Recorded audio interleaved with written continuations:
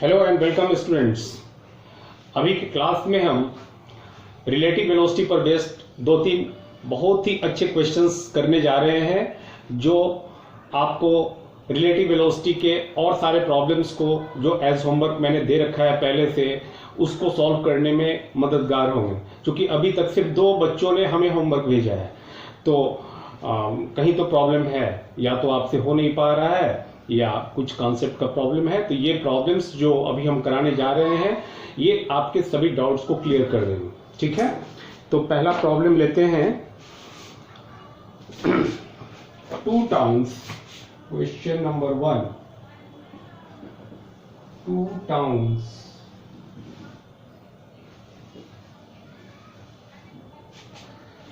A and B are connected. A and B are connected by a regular bus service. By a regular bus service.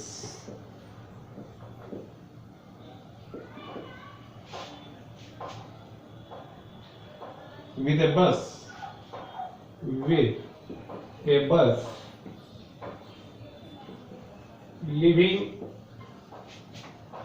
living in either direction, in either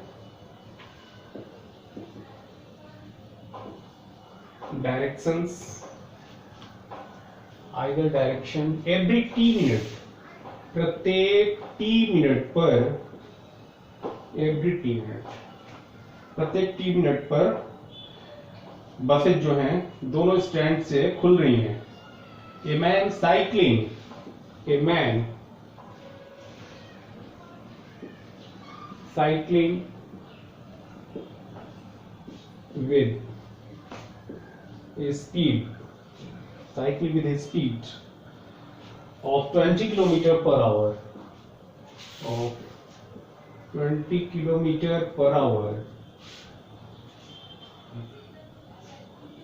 in the direction A to B, in the direction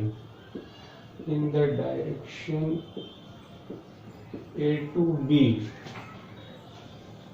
Notice that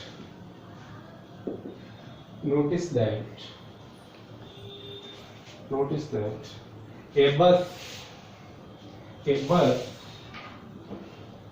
goes past, a bus goes past him every 18 minutes, in the direction of his motion, in the direction of his motion, in the direction of his motion. And every 6 minutes, and every 6 minutes in the opposite direction, in the opposite direction, in the opposite direction. What is the period T? पूछा है what is the period capital T of the bus service, of the bus service, and with what speed, and with what speed, with what speed do the buses ply on the road? Do the buses ply on the road? On the road. ठीक है, तो समझते हैं question में क्या पूछा गया है। Two towns A and B are, तो दो टाउन दिखा देते हैं। सपोज करो कि ये टाउन ए का स्टैंड है, बस स्टैंड टाउन ए, और यहाँ ये टाउन बी है, टाउन बी का स्टैंड यहाँ पर है। ठीक है। तो टाउन ए हो गया ये आपका town A, this is the stand of town B. Clear है। अब दे रखा है कि इन दोनों स्टैंड, दोनों टाउन से बसेस खुल रही हैं।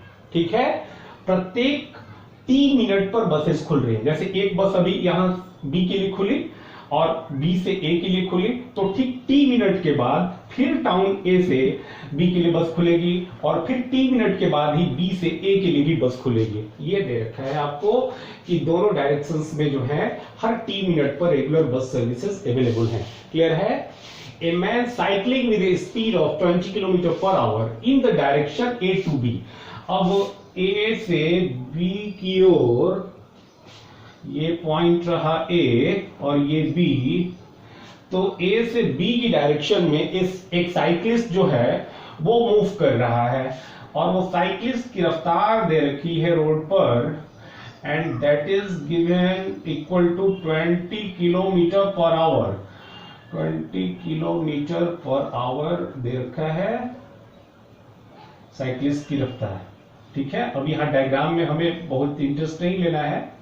ठीक है, ये मान लो कि साइकिल हो गया और साइक्लिस्ट की जो रफ्तार है ये इसकी स्पीड गिवन है v is equal to 20 km/h। Clear है।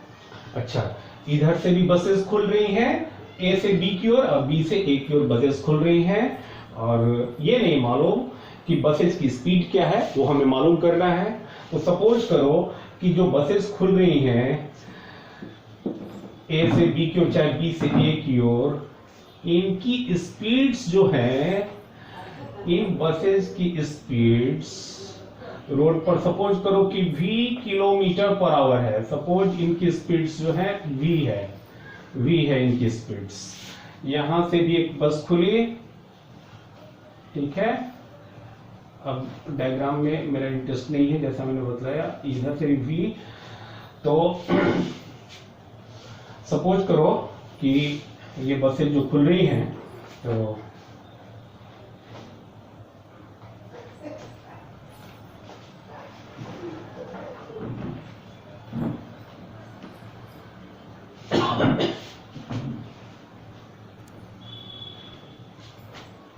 हर 3 मिनट पर बसेस खुल रही हैं, ए से बी की ओर और बी से ए की ओर। क्लियर है।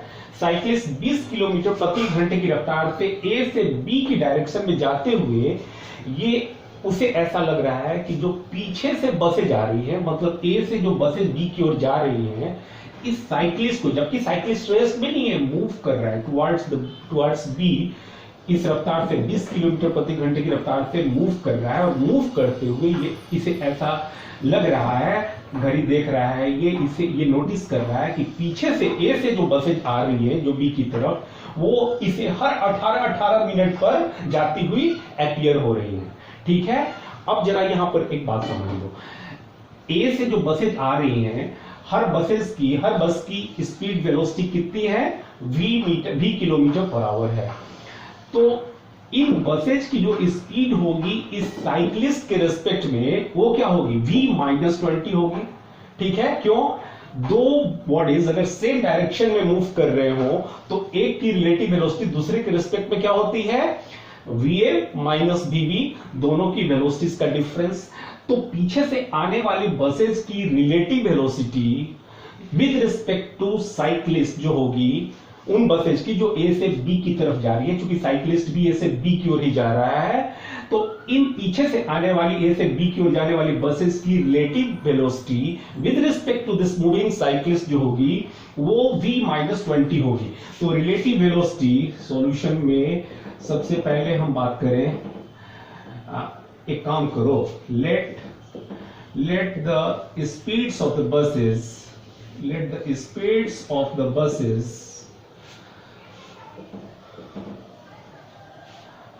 are v km/h each है। ठीक है। अच्छा, ये हमें निकालना है। और क्या पूछा है, व्हाट इज स्पीड, ये तो what is the period t।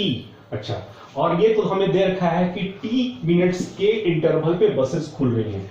तो द स्पीड ऑफ द बस मान लो कि v km/h है, then the relative velocity, then the relative velocity of the buses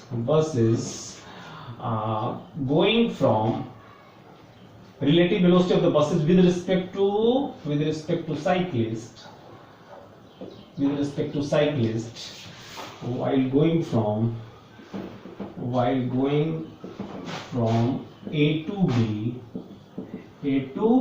B will be V minus 20 kilometre per our. ये समझ में आ रही बात। अब मान लो कि एक बस जस्ट साइक्लिस्ट को अपीयर हो रहा है कि ए से बी की ओर जस्ट गुजरा, इसके समीप से, इसके करीब से होकर के।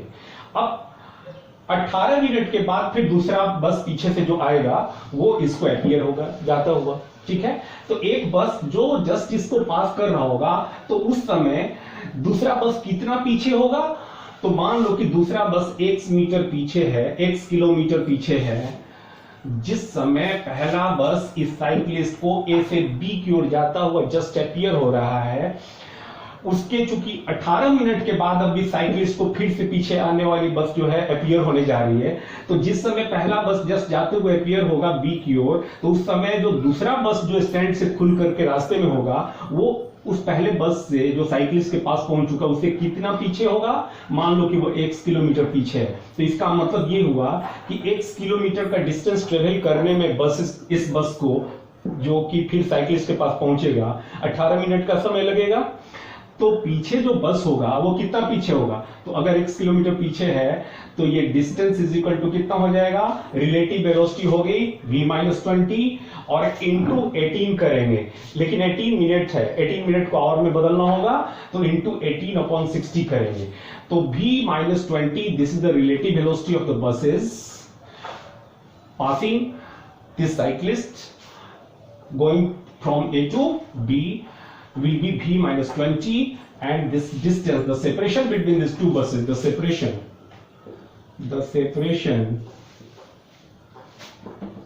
between the buses, between the two consecutive successive buses,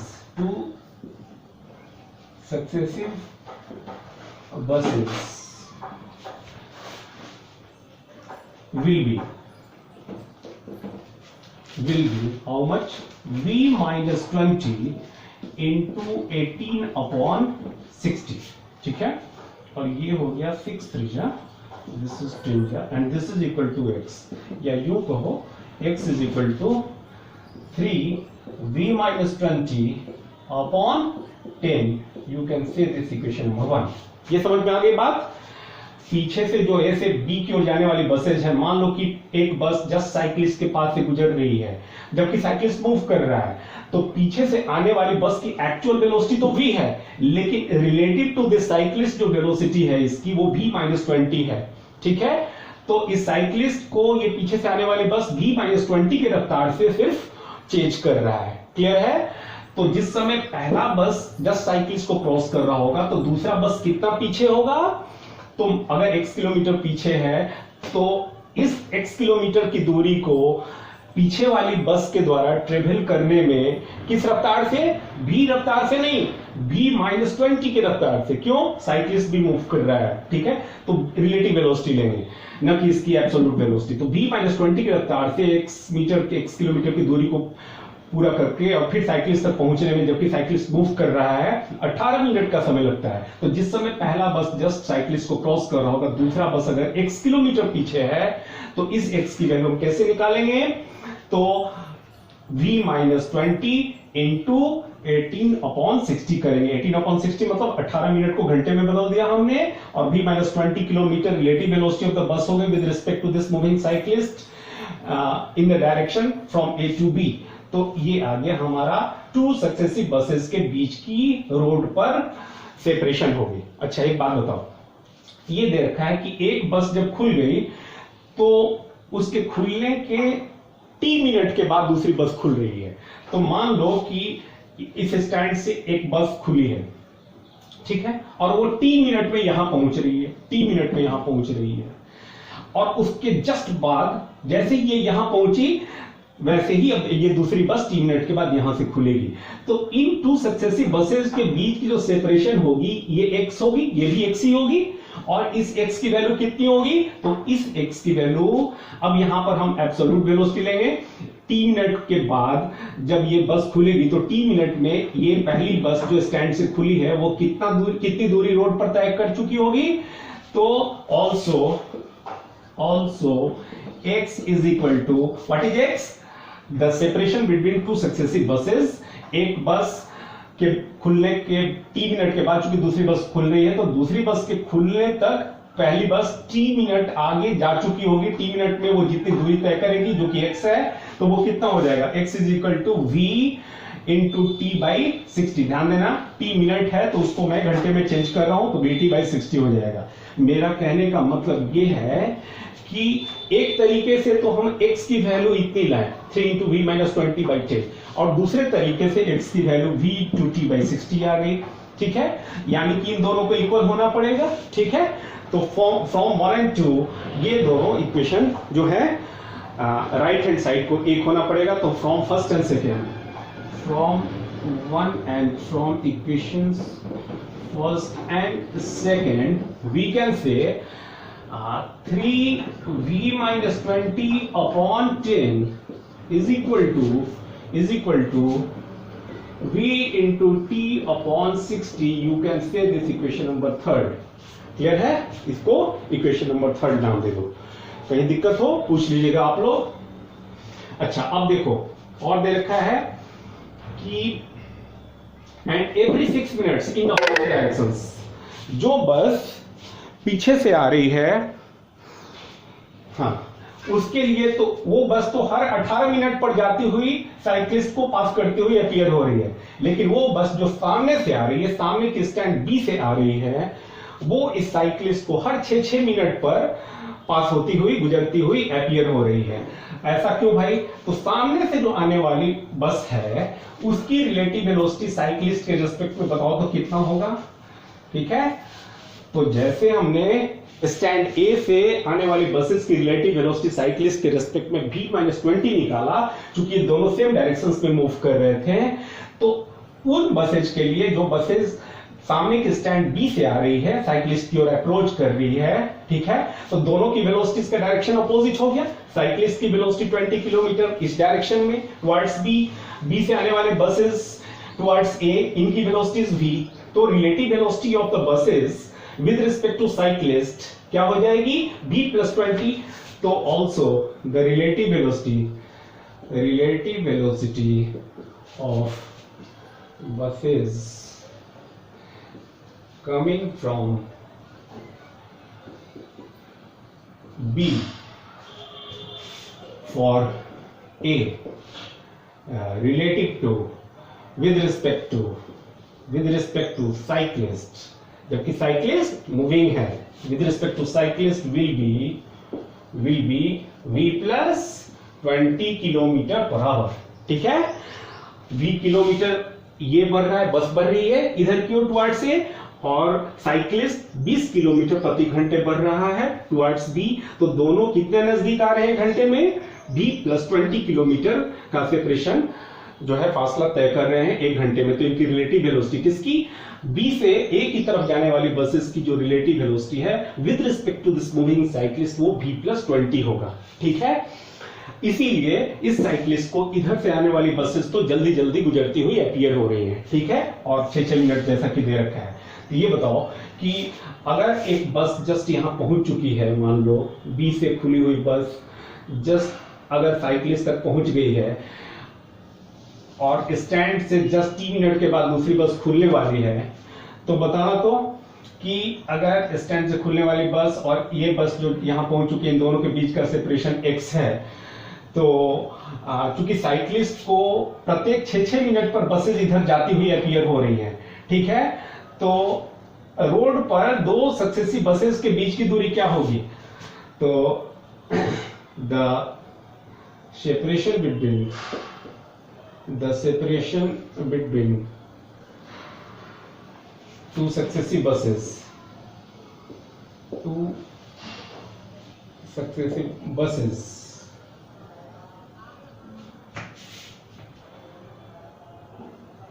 on the road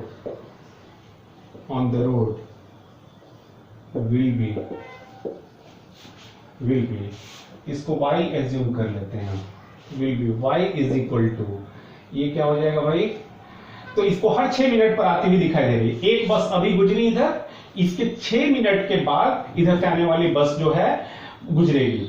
तो चूंकि इन बसेस की रिलेटिव वेलोसिटी v+20 है, तो v+20 के रफ्तार से जो 6 मिनट में जो डिस्टेंस कवर किया जाएगा वो कितना होगा, जो कि सेपरेशन होगा दो बसेस के बीच का। एक बस जस्ट गुजरी, उसके बाद साइक्लिस्ट को अपीयर होगा, जबकि साइक्लिस्ट इधर मूव कर रहा है तो साइक्लिस्ट को अपीयर होगा कि 6 मिनट के बाद फिर दूसरी बस इधर से आ रही है, और ऐसा इसकी रिलेटिव वेलोसिटी का ज्यादा होने की वजह से होगा, v+20 की वजह से। तो रोड पर इन टू सक्सेसिव बसेस के बीच की सेपरेशन अगर y है तो y की वैल्यू कितनी होगी, ये हो जाएगा आपका v+20, यहाँ v+20 इंटू 6/60 करेंगे, हर 6 मिनट पर अपीयर हो रहा है। एक बस जस्ट गुजरी नहीं कि दूसरी बस जो है v+20 की स्पीड से आ रही है और हर 6 मिनट के बाद गुजरेगी, तो 6 मिनट में कितना डिस्टेंस ट्रेवल होगा, इसको 10 कर लो, तो ये हो गया आपका y is equal to v+20/10 हो जाएगा। क्लियर है, इसे कर लो इक्वेशन नंबर 4, इसे इक्वेशन नंबर 4 कर लीजिए और नोट कर ले। अब ये जो सेपरेशन है बिटवीन द टू बसेस, ये सेपरेशन चूंकि हर t मिनट के बाद बसेस खुल रही हैं, तो एक बस जस्ट यहां पहुंची है और मान लो कि t मिनट के बाद पहुंची और t मिनट के जस्ट बाद जस्ट एक बस जो है इस स्टैंड B से खुल रही है, तो इन दो बसेस के बीच की जो सेपरेशन y होगी, this will also be equal to v into t/60। क्योंकि जब तक t मिनट के बाद यहां से एक बस खुली तब तक ये बस t मिनट में कुछ दूरी तय कर चुकी होगी, ठीक है, और t मिनट में अगर y मीटर की दूरी, y किलोमीटर की दूरी तय कर चुकी है, तो v वेलोसिटी से ये बस रोड पर B से निकलने के बाद t मिनट में कितनी दूरी तय कर चुकी होगी, तो y will be equal to v into t/60 हो जाएगा। कहने का मतलब एक तरीके से तो y की वैल्यू ये आई, और ये जो हमें इंफॉर्मेशन दे रखा है कि हर t मिनट पर बसेस खुल रही हैं, तो उसके तरीके से टू सक्सेसिव बसेस के बीच की जो सेपरेशन होगी on the road, also y is equal to v into t/60 हो जाएगा, ठीक है। से दिस इक्वेशन नंबर 5 क्लियर है।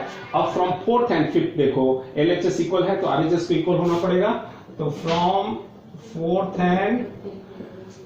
Equation 4th and 5th v+20/10 is equal to vt/60, ये हुआ आपका इक्वेशन नंबर 6, ठीक है। तो तुम देखो दो इक्वेशंस हमारे काम के हो गए, एक तो equation 3rd 3v-20/10 is equal to vt/60 और दूसरा v+20/10 is equal to vt/60। तुम देखो right hand side in 3rd equation और 6th इक्वेशन के सेम है, तो लेफ्ट हैंड साइड को सेम होना पड़ेगा, यानी कि अब हम बात करें from equation 3rd and 6th, from equation 3 and 6, from equations 3rd and 6th, ठीक है। तो 3v-20/10 is equal to v+20/10। देखो राइट हैंड साइड सेम, तो LHS को सेम होना पड़ेगा, यहां से करेंगे 10 कैंसिल हो गया, तुम देखो 3v-23 is equal to v+20 हो गया, विच इंप्लाइज v को इधर लाइए, 3v इज इक्वल टू 60, उधर जाके 60 + 20 दैट इज 80 होगा, यानी कि v इज 2v, ध्यान देना 3v - क्या हो गया 2v इज इक्वल टू 80, यानी कि v is equal to 40 km/h। Clear है, यानी कि प्रत्येक बसेस की जो वेलोसिटी है, स्पीड्स है, वो हमें मालूम हो गया। तो एक इंफॉर्मेशन तो हमने निकाल लिया। अब हमें मालूम करना है कि t की वैल्यू कितनी होगी, यानी कि t मिनट पर के जो रेगुलर टाइम इंटरवल पर जो बसेस खुल रहे हैं उसकी वैल्यू कितनी होगी। तो एक काम करो, v की इस वैल्यू को किसी भी एक इक्वेशन में, 6th इक्वेशन तो चलो हमने मिटा दिया, 3rd इक्वेशन में पुट करते हैं, तो इसका इक्वेशन ये तो v की, तो now from equation 3rd 3 into V की जगह v माइनस 20 की जगह पुट करो 40 minus 20 upon 10 is equal to vt upon 10 से 10 कट गया।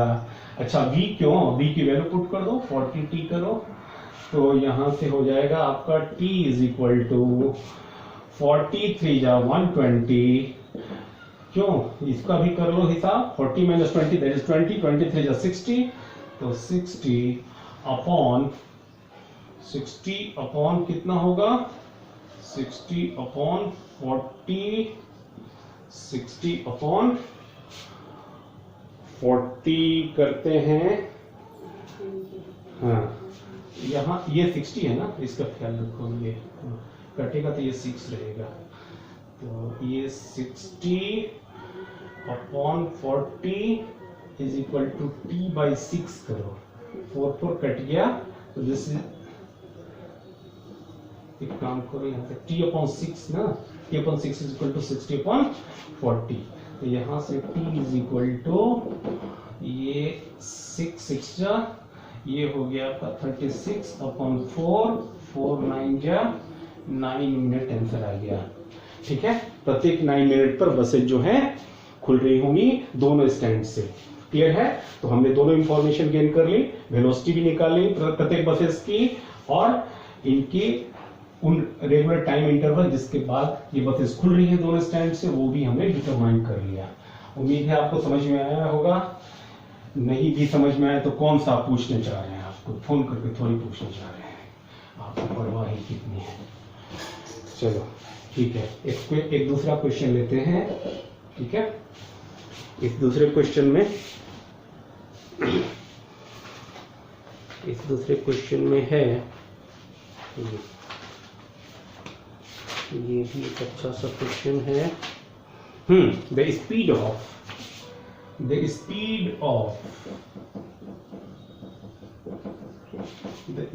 ऑफ ए मोटर बोट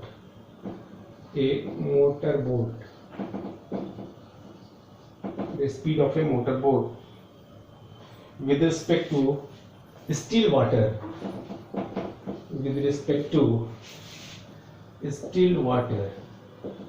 ठहरे हुए पानी में is equal to 7 metre per second, 7 metre per second. ठीक है, and the speed of stream and the speed of the speed of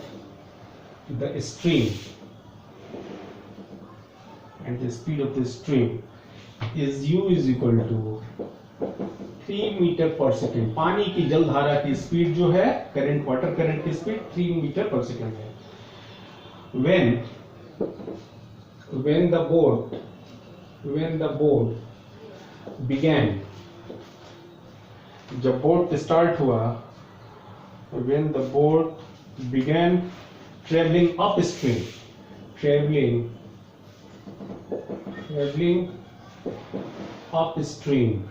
पानी की धारा के विरुद्ध जब ये बोट चलना शुरू होता है, ठीक है, a float was dropped from it, a float कोई तैरती हुई चीज, मान लो कि थर्मोकोल का पीस, कुछ भी, a float was dropped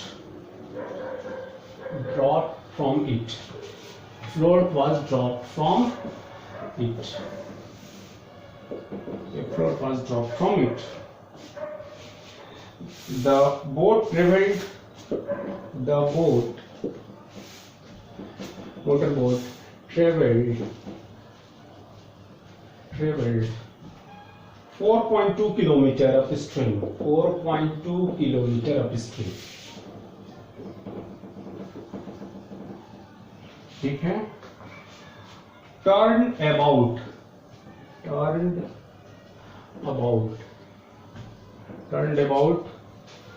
and caught up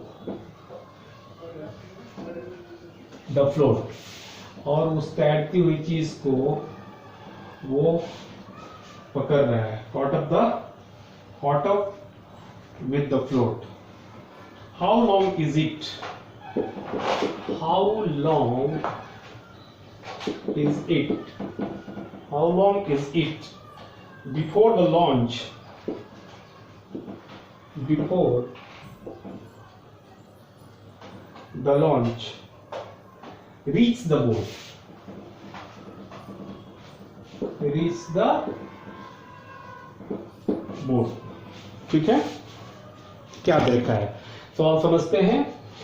The speed of a motor boat with respect to still water is equal to 7 metre per second. Solution में हम कैसे क्या करेंगे? हाँ, एक मोटर बोट की शांत जल में शांत धारा है अगर, तो इसमें स्पीड जो है मोटर बोट की 7 मीटर पर सेकेंड है.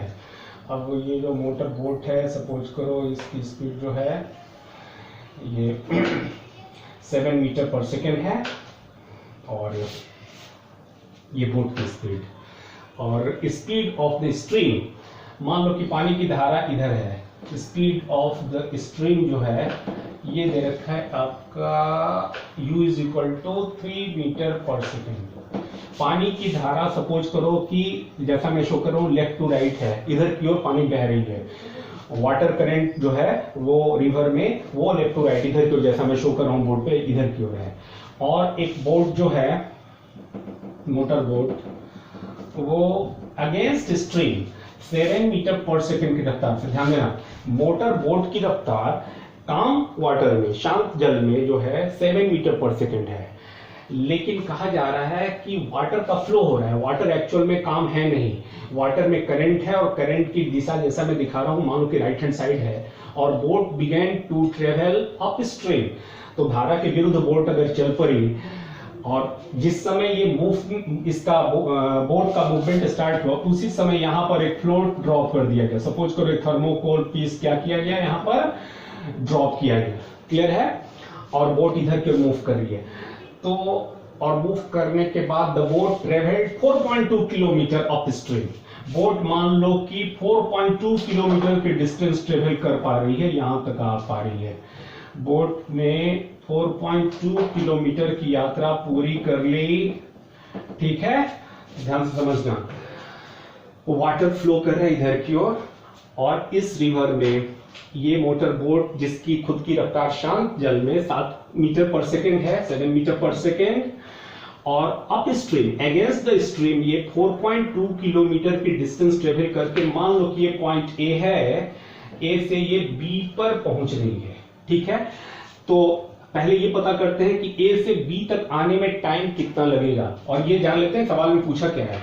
The boat has traveled 4.2 kilometre against stream. धारा के विरुद्ध बोट जो है 4.2 किलोमीटर की डिस्टेंस ट्रेवल करके यहां पहुंच रहा है. ठीक, और फिर टर्न अराउंड, फिर टर्न यहां से क्या हो रहा है, बी से फिर टर्न हो रहा है, और टर्न होकर के जिस फ्लोट को इसने ड्रॉप किया था, जिस थर्मोकोल पीस को या जो कुछ भी था तैरती चीज, उसको ये फिर से पकड़ने के लिए ये पीछे आ रहा है. तो एक बात बताओ पहले कि जिस समय इसने पॉइंट ए पर जहां से इसने यात्रा शुरू करी और वहां पर उस समय पानी में एक फ्लोटिंग ऑब्जेक्ट कुछ ड्रॉप कर दिया, तो ये तो धारा के साथ आगे बढ़ता रहेगा ना, कोई यहां पर थोड़ी मिलेगा, यहां थोड़ी ठहरेगा. तो जितने देर में ये ए से बी गया 4.2 किलोमीटर की डिस्टेंस ट्रेवल करके कुछ समय लगा होगा, हम निकालेंगे उसको. यहाँ स्पीड का भी ख्याल रखना होगा, क्योंकि रिलेटिव स्पीड हम देखेंगे बोट की with respect to this moving water. चूंकि अप स्ट्रीम अगेंस्ट स्ट्रीम जा रही है, तो एक्चुअल में इसकी स्पीड जो है विद रिस्पेक्ट टू ग्राउंड जो है वो 7 - 3 that is 4 metre per second ही होगी. तो 4 मीटर पर सेकेंड से ये 4.2 किलोमीटर की डिस्टेंस ट्रेवल करके जितनी देर में भी ये बी तक पहुंचेगी, तब तक ये फ्लोट यहां नहीं रहेगा, ये कहीं और आ चुका होगा. ठीक है, और फिर उसके बाद ये यहां से टर्न होकर के जब ये आ रहा है, तो मत भूलो कि ये वाटर करंट के साथ इसका बोट जब रिटर्निंग में ये बोट जो है, बोट को सपोर्ट मिलेगा वाटर करंट का. वाटर करंट के साथ जब ये आगे बढ़ेगा 7 मीटर पर सेकेंड की रफ्तार से, और रिलेटिव वेलोसिटी जो है इसकी वाटर करंट के साथ 7 + 3 हो जाएगी. तो मत भूलो कि ये जो फ्लोट है जो यहां तक पहुंचा था, इसके बोट के यहां पर पहुंचने पर तब तक फ्लोट भी कहीं और हो चुका होगा. ठीक है, तो फिर ये फ्लोट को पहुंच पा रहा है, पकड़ पा रहा है, तो कितनी देर के बाद ये पूछा है। तो पूछा है क्वेश्चन कि how long is it before the launch reach the boat. ठीक है, before the launch, before the launch reach the float, before the boat होगा, before the boat reach the float, FLOAT। ठीक है, तो मैं फिर से समझा दूं सवाल को। क्या है, वाटर करंट का फ्लो इधर हो रहा है, बोट ने अपनी यात्रा ए से शुरू करी, बोट की काम वाटर में स्पीड 7 मीटर पर सेकेंड है, धारा के विरुद्ध वो 4.2 किलोमीटर का डिस्टेंस ए से बी की ओर ट्रेवल कर रहा है। जिस समय इसने जर्नी ए से बी के लिए स्टार्ट करी अप स्ट्रीम, उसी समय इस यहां से एक कोई फ्लोटिंग ऑब्जेक्ट को वाटर में ड्रॉप कर दिया गया। जो फ्लोटिंग ऑब्जेक्ट जो है वाटर करंट के साथ इधर की इस डायरेक्शन में आगे बढ़ती रही। बोट जो है 4.2 किलोमीटर का डिस्टेंस ट्रेवल करके बी पर पहुंचा। ठीक है, फिर अब पता चला इसको कि अरे अरे वहां तो कुछ गिर गया है। ठीक है, अब उसको लेने के लिए, इस फ्लोट को लेने के लिए ये वापस मुड़ा। तो मत भूलो कि ये फ्लोट जो है तब तक बहते हुए आगे बढ़ता जाएगा। ठीक है, और आगे बढ़ते जाते हुए मान लो कि ये फ्लोट जो है कहीं यहां पर आकर के मिला, पॉइंट सी पर मिला। ठीक है, पॉइंट सी पर आकर के मिला। तो ये बताओ कि अप स्ट्रीम जर्नी में ये 4.2 किलोमीटर का डिस्टेंस ट्रेवल करने में टाइम कितना लगा होगा। तो पहले तो रिलेटिव वेलोसिटी निकालो, relative velocity of the boat in upstream journey, in upstream journey from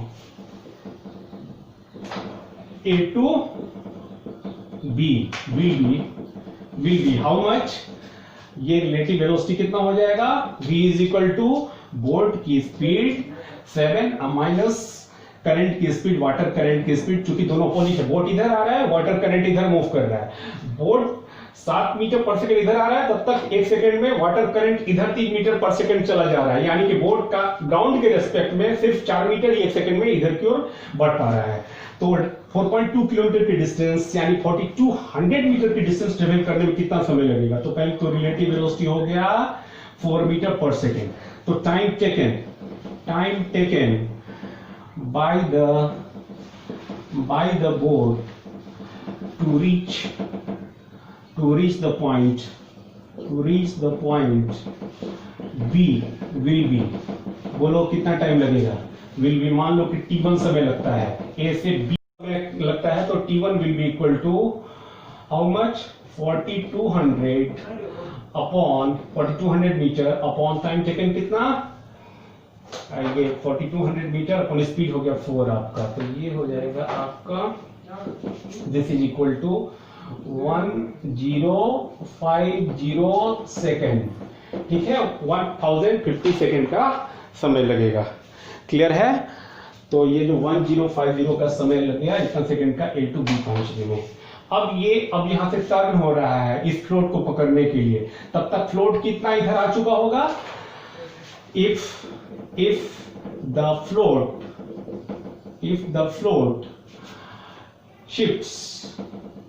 shifts to C in the meantime then AC is equal to, then AC will be equal to float के द्वारा travel distance AC will be equal to how much, इतनी देर में। तो ये जो float गिरा है ये तो वाटर करंट के साथ जा रहा है, तो इसकी स्पीड वाटर करंट वाली यानी कि 3 मीटर पर सेकंड होगी। तो 3 मीटर पर सेकंड की स्पीड से इतने सेकंड में travel distance by the float कितना हो जाएगा। मेरा मतलब AC जो होगा वो हाउ मच, ये AC की दूरी जो हो जाएगी 1050 सेकंड मल्टीप्लाइड बाय कितना 3। तो ये हो जाएगा आपका 300 3 5 15 3150, ये हो जाएगा 3150 मीटर। ठीक है, यानी कि अब यहां से जब ये जाएगा रिटर्न बैक इस फ्लोट को रिसीव करने के लिए, फ्लोट तो यहां से यहां शिफ्ट हो गई, अब यहां से जब बोट जाएगा इधर फ्लोट को रिसीव करने, तो अब इस बोट के और फ्लोट के बीच की दूरी कितनी हो गई 4.2 किलोमीटर, अब प्लस ये कितना हो गया 3.15 kilometre, you can say this is equal to 3.15 kilometre. तो total separation, the new separation, now the separation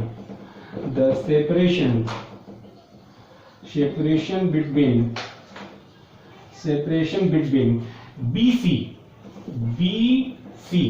ये रहा आपका B और C। What is this? B और C के बीच का सेपरेशन, यानी कि बोट जब 4.2 किलोमीटर डिस्टेंस ट्रेवल करके B पर पहुंच गए, अब उसके बाद फ्लोट के और बोट के बीच की दूरी। अब ये बोट वापस जाएगा इस फ्लोट को पकड़ने के लिए, तो इतना डिस्टेंस उसको ट्रेवल करना पड़ेगा। जबकि मत भूलो कि जब ये जाएगा बोट वापस, तो बोट अपनी एक्चुअल स्पीड से नहीं जाएगा, वाटर करंट की स्पीड उसमें ऐड हो जाएगी। मतलब विद रिस्पेक्ट टू ग्राउंड बात करें तो बोट की स्पीड जो है 7 नहीं रहेगी, 7 + 3 10 हो जाएगी। लेकिन ये भी मत भूलो कि तो फ्लोट भी जो है 3 मीटर पर सेकंड की रफ्तार से बढ़ रहा होगा। तो अगर हम इसकी 3 मीटर पर सेकंड की रफ्तार को और इसमें भी जो हम 3 मीटर पर सेकंड ऐड कर रहे हैं उसको हम इग्नोर कर दें, ठीक है, तो हम मानकर चलेंगे कि इतनी डिस्टेंस ट्रेवल करनी पड़ेगी इस बोट को वापस आकर के फ्लोट को कैच करने में। और ऐसा नहीं समझना कि सी पर फ्लोट होगा, तब तक फ्लोट कहीं और जा चुका होगा। हाँ, इस बोट को इतना ही डिस्टेंस ट्रेवल करना होगा 7 मीटर पर सेकंड की रफ्तार से। तो पहले तो ये निकाले कि separation between the boat, separation between B and C, separation between B and C is how much? BC is equal to 4.2 kilometer plus 3.15 kilometer. This is equal to 7.35 kilometer. This is 7.35 kilometer, या यूं कहो कि 7,350 metre का separation होगा। ठीक है, अब यहां थोड़ा सा समझ लो ठीक से। अब बोट यहां से टर्न हो रहा है इस फ्लोट को पकड़ने के लिए, ठीक है। बोट 7 मीटर पर सेकंड की रफ्तार इसकी खुद की है, लेकिन वाटर करंट की रफ्तार, अब तो ये डाउन स्ट्रीम में जाएगा ना, तो इसकी एक्चुअल स्पीड जो है 7 + 3 हो जाएगी, यानी कि 10 मीटर पर सेकंड हो जाएगी। किसके रिस्पेक्ट में? ग्राउंड के रिस्पेक्ट में। 7 + 3 10 हो गई। और फ्लोट भी 3 मीटर पर सेकंड की रफ्तार से इधर की ओर आगे बढ़ रहा है। तो सपोज करो कि ये जाकर के कहीं पॉइंट डी पर इस फ्लोट को पकड़ा जा पा रहा है, तो फ्लोट की जो स्पीड है वो 3 मीटर पर सेकंड, और बोट की ग्राउंड के रिस्पेक्ट में स्पीड जो है कितनी? 7 + 3 10 मीटर पर सेकंड। तो इस बोट की relative velocity with respect to जो फ्लोट होगी वो 10, 7 + 3 10, माइनस फ्लोट की speed 10 - 3 that is 7 metre per second. तो 7 मीटर पर सेकंड की रफ्तार से ये इस फ्लोट को पकड़ेगा की ओर मूव करेगा, और वो कितनी डिस्टेंस इसको ट्रेवल करनी पड़ेगी before it reach the float, जो कि फ्लोट कहीं और किसी और पॉइंट डी तक पहुंच चुका होगा। इसके द्वारा ट्रेवल डिस्टेंस जो है 7,350 मीटर होगा, और इस डिस्टेंस को 7 मीटर पर सेकंड की रफ्तार से, यूं कहो 7 मीटर पर सेकंड की रिलेटिव वेलोसिटी से ट्रेवल करने में, तय करने में कितना टाइम लगेगा? तो मान लो कि ये टाइम t2 लगता है, ठीक है। तो time t2 taken by the boat in downstream with relative velocity 10 - 3 equal to 7 meter per second, taken by the boat in downstream with the relative velocity to reach the float, to catch the float at a point D will be T2 is equal to how much? 7350 metre upon time की velocity कितनी? 7। तो ये हो जाएगा आपका, ये cut गया 1, ये भी 105, ये भी 1050 सेकंड आएगा। क्लियर है? तो तुम देखो, बोट को वापिस आकर के इस फ्लोट को कैच करने में किसी पॉइंट डी तक कितना समय लगा? 1050 सेकेंड का समय। तो बोट ने जिस समय ड्रॉप किया था इस फ्लोट को, वहां से बी तक आने में, फिर वापस आकर के इस फ्लोट को कैच करने तक लगा समय कितना हो जाएगा? t1 plus t2। तो नेट टाइम कितना हो जाएगा? Net time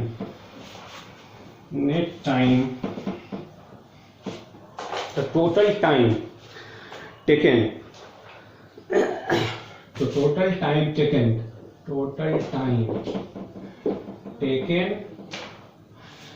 is equal to t1 plus t2 equal to t is equal to 1050 second plus 1050 second is equal to 2100 second. ठीक है, 2100 सेकेंड का समय लगेगा। क्लियर है? तो बोट को वापस आकर के इस फ्लोट को कैच करने में 2100 सेकेंड का समय लगेगा। 2100 सेकेंड को मिनट में अगर बदलें तो इसको 60 से डिवाइड कर दो। दिस इज इक्वल टू, ये हो जाएगा आपका इतना मिनट, और ये हो गया आपका एक जीरो कैंसिल 3 और 35 मिनट का समय लगेगा। तो I hope that you understood this two questions based on this relative velocity concept. और अब आप उन क्वेश्चंस को जो आपको होमवर्क में दिए गए हैं कर पाएंगे, मुझे पूरी उम्मीद है। अभी के लिए इतना ही। Thank you.